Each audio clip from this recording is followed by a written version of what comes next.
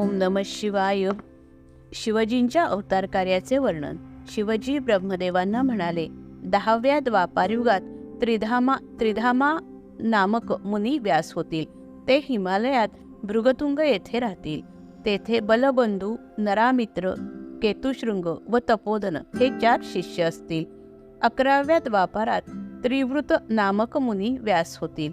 तेव्हा मी कलियुगात तप या नावाने गंगाद्वारी प्रकट होईन. लंबोदर, लंबाक्ष, केशबंब आणि प्रलंबक हे माझे शिष्य होतील. 12व्या द्वापारयुगात शततेजा नावाने वेदव्यास होतील. सर्वज्ञ, समयुधी, साध्य आणि शर्व हे 4 योगी शिष्य होतील. 13व्या द्वापारात धर्मस्वरूप नारायण व्यास होतील. मी महाबली नावाने उत्पन्न होईन. सुदामा, काश्यप, वसिष्ठ आणि मिरज हे 4 श्रेष्ठ मुनी माझे शिष्य होतील. 14व्या द्वापारात रक्ष नामक व्यास होतील. तेव्हा मी गौतम नावाने प्रसिद्ध होईन. अत्रि, दयशद, श्रवण, श्रीविष्कट हे 4 शिष्य होतील. 15व्या द्वापारात त्रट्यासणी हे व्यास होतील. मी वेदशिरा नावाने अवतार घेईन. कुणी बाहू, कुशरीर व कुतेत्रक हे शिष्य असतील. 16व्या अवतारात देव नामक व्यास होतील. तेव्हा मी गोकर्ण नावाने प्रकट होईन.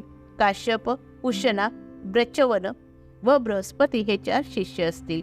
17व्या द्वापारयुगात देवकृतपम नामक व्यास होतील. तेव्हा मी गुहामासी बाणाने प्रकट होईन. आश्य, वामदेव, महायोग व महाबळ हे माझे 4 शिष्य असतील. 18व्या द्वापारयुगात ऋतंजय नामक व्यास होईल. मी क्षीरमंडी नावाने प्रसिद्ध होईन. वायहाश्रवा, रुचिंक, स्यावास्य व यतीश्वर 4 शिष्य होतील. 19व्या द्वापारात महामुनी भारद्वाज हे व्यास होतील. त्यावेळी मी जटिमाळी नावाने प्रसिद्ध होईन. हिरण्यनामा, कौशल्य, लोकाक्षी व प्रथिनी हे माझे शिष्य असतील. 20व्या द्वापारात गौतम ऋषी व्यास होतील. मी अट्टहास नावाने अवतार घेईन. सुमंतू, बर्बरी, कबंद व कुशिकंधर हे शिष्य असतील. 21व्या द्वापारात वाच्यहाश्रवा नामक व्यास होतील. तेव्हा मी दारुक नावाने प्रसिद्ध होईन. तेथे प्लक्ष, दार्भायणी, केतुमान व गौतम असे शिष्य होतील. 22व्या द्वापारात शुष्कायन व्यास होतील. तेव्हा मी लांगली भीम नावाने अवतीर्ण होईन. भल्लवी, मधु, पिंग आणि श्वेतकेतू माझे शिष्य होतील. 23व्या द्वापारयुगात तृणबिंदू व्यास होतील. श्वेत नामाने मी प्रकट होईन. कुशिक, वृद्धक्ष, देवल व कवी माझे शिष्य होतील. 24व्यात यक्ष हा व्यास होतील. शुली नावाने मी प्रसिद्ध होईन. शालिहोत्र, अग्निवेश, युवनाथ, शरद्रसू हे शिष्य होतील. 25व्या द्वापारात शाक्ती व्यास होतील. मी मुंडेश्वर असेन. छनल, कुंडकर्ण, कुभांड, प्रवाहक हे माझे शिष्य असतील. 26व्या द्वापारात पराशर व्यास होतील. सहिष्णू नावाने मी प्रकट होईन. उलूक, विद्युत, शंभुक व अश्रलायन हे माझे शिष्य. 27व्या द्वापारात जातुकर्णे व्यास होतील. तेव्हा मी सोमशर्मा होईन. अक्षरपाद, कुमार, उलूक, वत्य हे 4 शिष्य 28व्या द्वापारात द्वैपायनाच्या रूपाने व्यास होतील. तेव्हा मी श्रीकृष्ण होईन.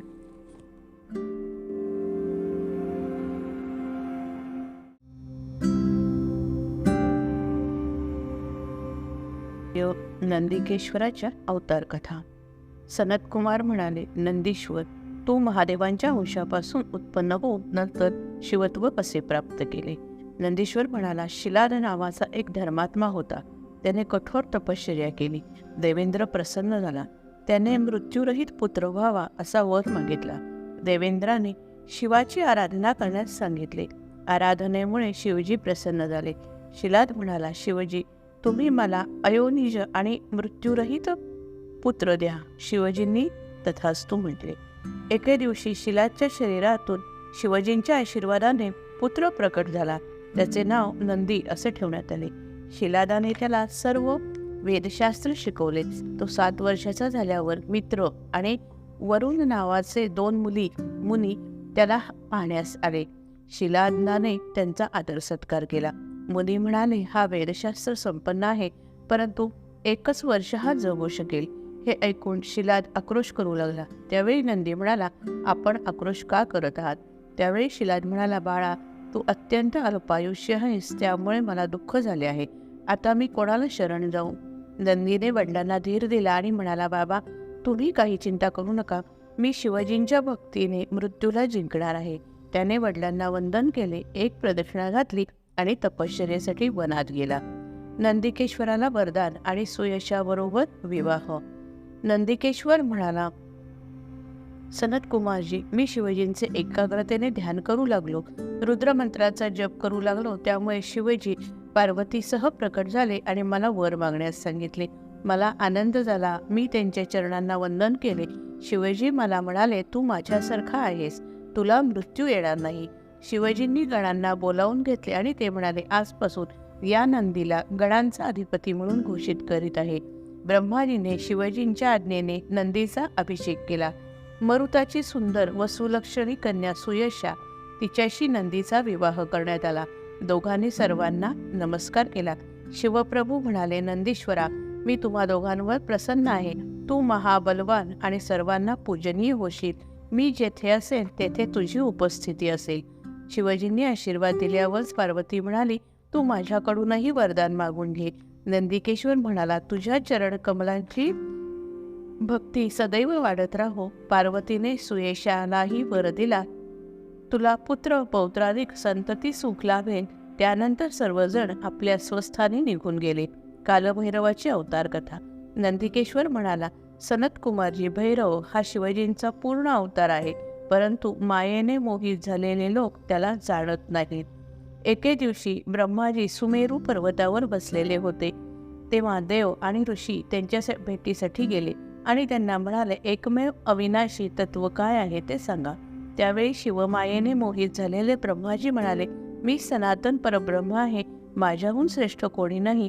त्यावेळी श्रीहरी तेथे होते. ते म्हणाले, ब्रह्माजी, खरे पाहिले तर मीच परमपुरुष परमात्मा आहे. श्रेष्ठत्वासंबंधी दोघांच्या मध्ये वाद झाला. त्यावेळी 4 वेद तेथे प्रकट झाले. ऋग्वेद म्हणाला, साऱ्या विश्वाचे एकमेव सत्य म्हणजे रुद्र आहे.